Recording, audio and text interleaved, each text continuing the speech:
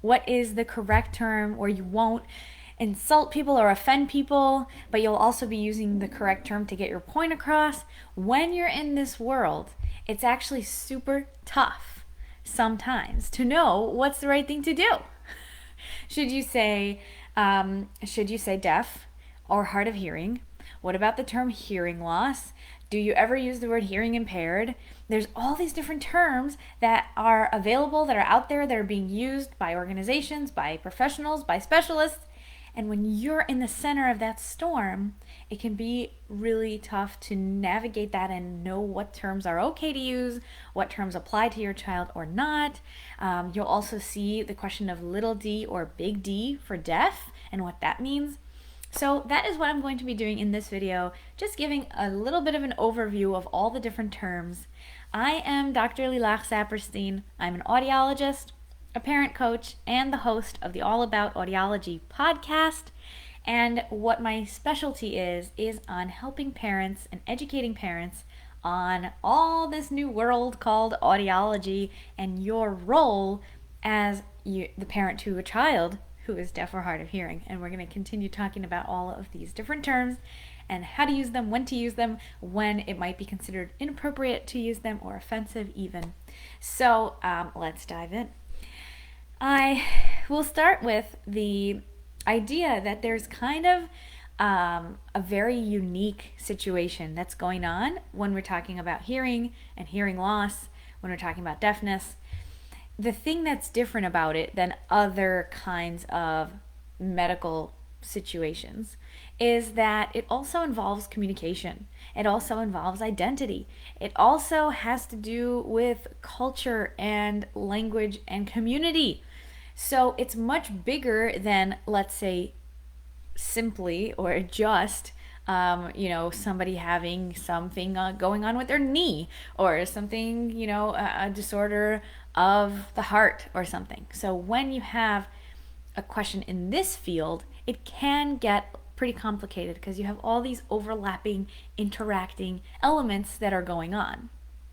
So if you look at it from a medical perspective and from the audiological world and like the hospital, the clinic, in that perspective, or the allopathic, it's like the hospital medical side of things, you will hear the term hearing loss basically being used, because what is being measured is, that there is some level of typical or normal hearing that's within the normal range of hearing. WNL, you might see that within normal limits, if hearing is normal, within normal limits. And then if it is below that, meaning there's some hearing loss, then that is kind of the medical audiological term for having to make the volume louder before the person hears it, or having thresholds that are higher. And so a threshold is basically what's the softest sound you could hear. And for children, we typically see that within normal limits is when they can hear less than 15 or maybe 20 dB. Okay, decibels. So any child who's hearing 15, less than, they're hearing 5 and hearing 10 and hearing 15, we're going to say that their hearing is within normal limits at the frequencies that we test it, low frequencies, high frequencies. It can get pretty technical. And then when there's hearing loss, that means we have to make it louder than that. We have to make the sounds at 30 and 40 and 50 and 70 and 90 dB louder and louder. And it's kind of silly, again, like some of these things to get your head around, that on an audiogram, you're actually going down the paper. So it's lower on the audiogram. But what's actually happening is that the sounds are getting louder, because those numbers, like the way that it's scaled is that it goes downwards. So more hearing loss is lower on the paper of the audiogram. But sometimes it helps to understand that the sounds needed to be made louder before the child could hear them. So that's kind of like when we use the term hearing loss, is more of a clinical term that you'll see in reports, that you'll hear a lot of audiologists use. And now the problem comes in where hearing loss makes it sound that something is lost, that there's something missing, that there's something wrong, that something needs to be fixed. And that's already, adding another layer onto the hearing loss term, especially when a child is born hearing at specific levels or not hearing at all. And so if that child is born deaf or hard of hearing, which is the terms we'll get to in a second, then it's not really true that they have a hearing loss because they never lost it, they never had it. So sometimes people are more specific and more particular to only use the word hearing loss when there was hearing that was lost in some way, either because of a medicine or a toxicity, or because of an accident, or because of a sickness, or any number of things that can cause hearing loss, or people as they get older, the hearing loss associated with aging, that would be more called hearing loss. Whereas in babies and children and toddlers, we might want to shy away from that term, except for maybe in a clinical setting. And again, throughout this video, I'm not going to be saying what is right or what is proper or what you should do. I just kind of want to give a lay of the land and open up this conversation and hear also what terms you've used, what terms you've gotten in trouble for, or people have criticized you on, and we're all here to learn and we want to grow together. Okay, so then I do want to talk about coming into the term deaf. Deaf is more than a clinical term, but it also can be used. Sometimes we use the expression profound deafness, or saying severe to profound hearing loss. Some of those, again, we're in that murkiness. But when we say deafness, it typically means that there's very little or no hearing.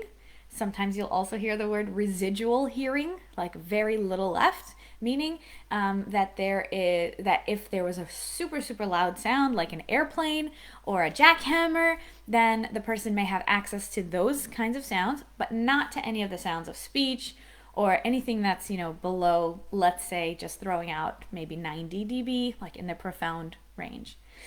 Okay, and so somebody might identify as deaf, or we might say this baby is deaf, because they have very little to no access to auditory stimuli, like to sounds, to hearing. And then in a more social type of term, people will identify as deaf when they are also part of a deaf community. Typically a deaf community that is main mode of communication is sign. There's different sign languages around the world. In America, you have ASL, American Sign Language. For example, in the UK, you have BSL, and all the different, 300 or so sign languages, maybe more, that are all spoken out throughout the world, just as there are so many various spoken languages all over. So it's kind of one of those little misconceptions that many people have about sign language, that it's simply gestural and that it's kind of universal. That is not the case. Sign languages are very complex and have very specific kinds of word order and structure and meaning, and complete and full and rich languages within themselves. And we are also going to cover this concept of baby sign later on as well. And so when we're talking about somebody, a community, let's say, who will identify as deaf and also see that as not a problem, not something to be fixed, not something to be ashamed of, in fact, something that is their identity, then they typically will not take kindly to terms like hearing loss, as if there's something wrong, and certainly not to hearing impairment, which is even more of a strong kind of word, that there's like an issue, something that is like dramatically wrong, when there's a full, beautiful, rich community that is culturally deaf, that signs predominantly and identifies as deaf. So that is kind of also the difference between the little d and capital D. So the capital D would be more the identity community side of things, like culturally deaf, capital D, big D, deaf. And the little d might be someone who really does have severe to profound thresholds where they can hear. It's almost like you don't want to say the word hearing loss anymore, because to the person they don't see it that way. But we're all just trying to get our heads around the different terms together. So little d deaf would be someone who has those thresholds, like they don't have access to sounds essentially to unless they're very loud, but they use maybe a hearing aid, or they also are oral, meaning they can speak and use their voice, and they lip read, and so they're kind of interacting with mostly hearing and speaking people in their identity. Maybe they sign, maybe they don't. But the little d is more of a differentiator to say, yes, this person experiences having different kinds of hearing, and maybe they will use the word hearing loss and don't necessarily belong to a community or identify with a community of capital D proud signers. So that's a little bit on the little d, big D. Okay, then we get to the term hearing impairment. And again, I would say this is much more of a medical, clinical term. And when it's used socially, it's really seen as a very unkind and disrespectful kind of term. A hearing impairment, it puts the word as if there's like a very much something that is impaired or broken, and there can be some thoughts about it being ableist. And ableism is one of those things that you don't hear much about unless you're kind of connected to the world of disabilities, or you have someone who is disabled in your life or in your world that can help educate you on this. And that's why I want to kind of do this subject and this topic, because if you haven't had any interaction with it, how are you to know? Where would this have come to you? So I think that's one of the important things about specifically hearing parents who have a deaf or hard of hearing child, and find out that is now the reality about their child. They've never met a deaf person before or had any interaction with audiology or with the deaf community. And all of a sudden, they now also have to be completely politically correct at every turn. They can't make any posts on Facebook with the wrong terms. They can't, come into a support meeting without being rebuffed when they just got there. So that's why I think there needs to be some compassion and some education that goes around so that people can politely and lovingly explain what terms are okay for them and what they are in different contexts. Because again, most of the time the first interaction is medical, and so you get the medical terms, and before you ever maybe get to the social and communal applications, then the person might kind of have a gap there. But the world of the internet is everything happens all at once, and so there can sometimes be hostility on from every side. So I'm hoping that this topic can be helpful to you in sort of organizing what all these different terms are.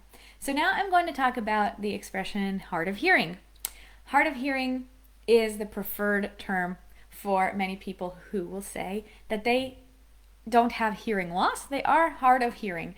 That means that their thresholds are higher, or sounds have to be made louder before they can have access to them. But generally, someone who is hard of hearing has some level of hearing loss that they can hear, and will typically use hearing aids or maybe cochlear implants, and their devices help them to have access to sound, and so then they are part of the hearing world and interact mostly by speaking and hearing with the help of their devices. However, they are hard of hearing. It's still difficult. It's still not perfect. Their devices need to do a lot, and their minds, their fatigue, their cognitive attention needs to do a lot. Wait, I don't know what this happened. Am I still live? Yes. Okay, that was weird. Thank you, Miriam and Sam. Hi. Thank you both for being here and being interested in this topic. It's something I really feel that more people kind of have questions about, and we can make some order in the different words that are out there. So hard of hearing would be, instead kind of moving aside the word hearing loss, definitely moving aside the word hearing impairment, unless those are in medical or legal kind of terms. When we're speaking socially, people would prefer to use either hard of hearing or deaf as their identifiers, and that there is no shame in that. There is no drama, there is no sadness or pity or sympathy for both of those situations. That is just the way that the person experiences the world from that kind of perspective.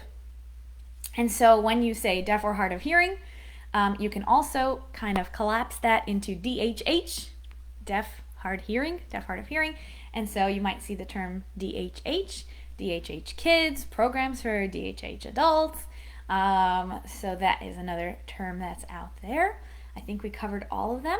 I did want to come back to baby sign, and that we sometimes hear that term being bandied about when parents find out that their child is identified as deaf or hard of hearing. And there again is another change in language where we say identified, because we didn't, it's not like a diagnosis in the same way that a medical type of diagnosis would be. It is a characteristic of the person that this is the way their hearing system is set up, that perhaps they have, a level of hearing thresholds that put them into the hard of hearing or deaf sections. And once more, it is all overlapping, because you're going to have lots of children who have hearing loss in addition to like a medical otologic ear disorder, like cholesteatoma or otosclerosis, or disorders and things that are medically relevant, that may have surgical or medical or complicated, they do need medical care.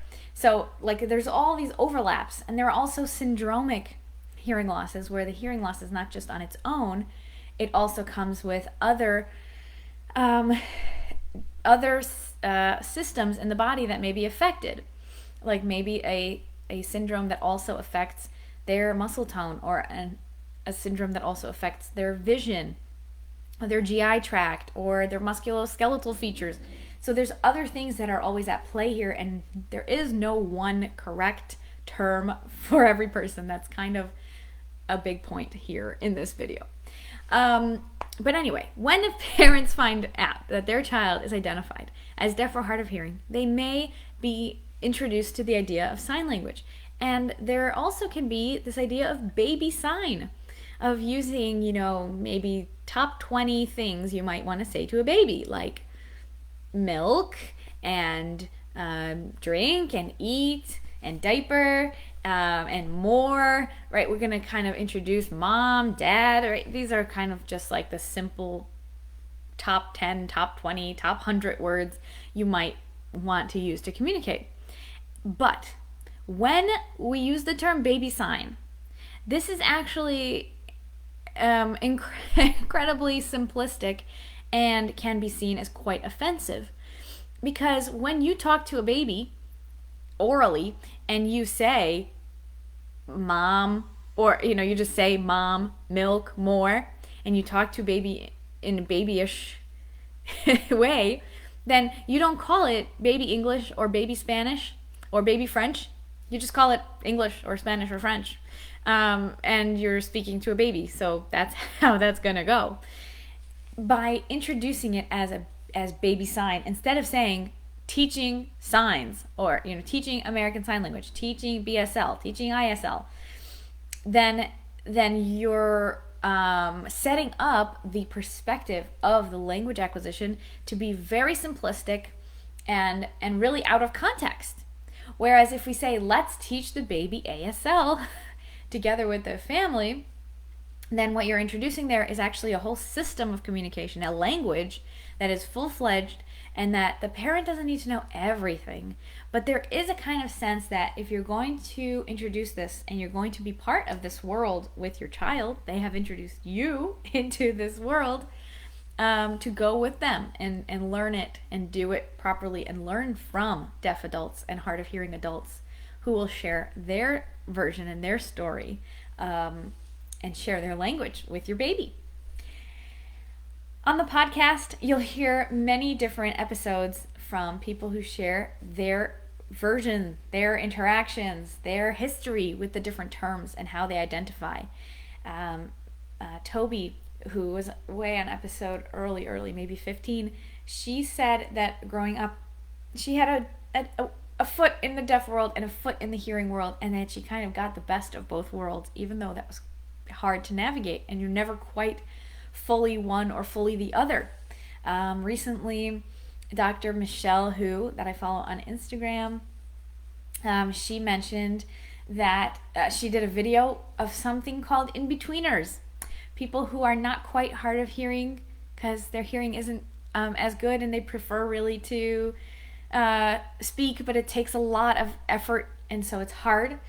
And they're not quite fully deaf or in the deaf community. Maybe they're not fully signers. They're kind of in-betweeners. So this whole spectrum of deaf identities can really coexist beautifully, and there should be more and more respect. And even though we want people to use the more respectful terms and stay away from hearing impaired and, you know, limit the use of hearing loss as an identifier for a person, when a person uses those terms, it's okay to let them use those terms and be in that stage where they are, typically coming from the medical world and the medical perspective. And the way that we can help that family to educate them and include them and welcome them into this other open sphere is not by being hostile about, hey, you're using the wrong terms and that's so offensive, and, you know, giving them X's or angry faces, angry reaction on Facebook. It's by opening these kind of conversations and hopefully setting that dialogue. So thank you so much. Oh, and before I go, I wanted to just also mention Language First and Kimberly Sanzo, and definitely check out languagefirst.org, I believe, and also on Instagram, because they are doing incredible work also around this kind of education, and that's where I got the baby sign, you know, baby Spanish, baby French thing. That was very, very good. So thank you so much for listening and being here on Facebook, on YouTube, and on the podcast. I am so excited to invite you to a full virtual retreat that will be happening in April. You can sign up right now, and the link is in the description. It is allaboutaudiology.com/retreat. And it is a 7-day retreat. We will be meeting on Zoom for 1 hour each day with topics and information about becoming an advocate for your child, understanding this whole process, what your role in it is as a parent, and really, really most importantly, how to connect to this child, how to build a relationship with them, with everything that's going on, with all the diagnoses that they carry. That was full air quotes on that expression, right? Just like with all of the elements and facets of who that child is, how to connect with them. And no matter if this was like a recent diagnosis and you've just learned of this or just identified this about your child, or if this is years ago and you're having your teenagers and adult children, I would love to invite you and have you join us for the free 7-day retreat. And that is at allaboutaudiology.com/retreat. There's going to be some incredible topics, and I cannot wait to meet you there. I'm Dr. Lilach Saperstein. I am the host of the All About Audiology podcast, and I am always open to your DMs, PMs, comments, emails. I'd love to connect, and I'm so excited to hear any of your comments on everything we talked about today. Take care. Thanks. Bye-bye.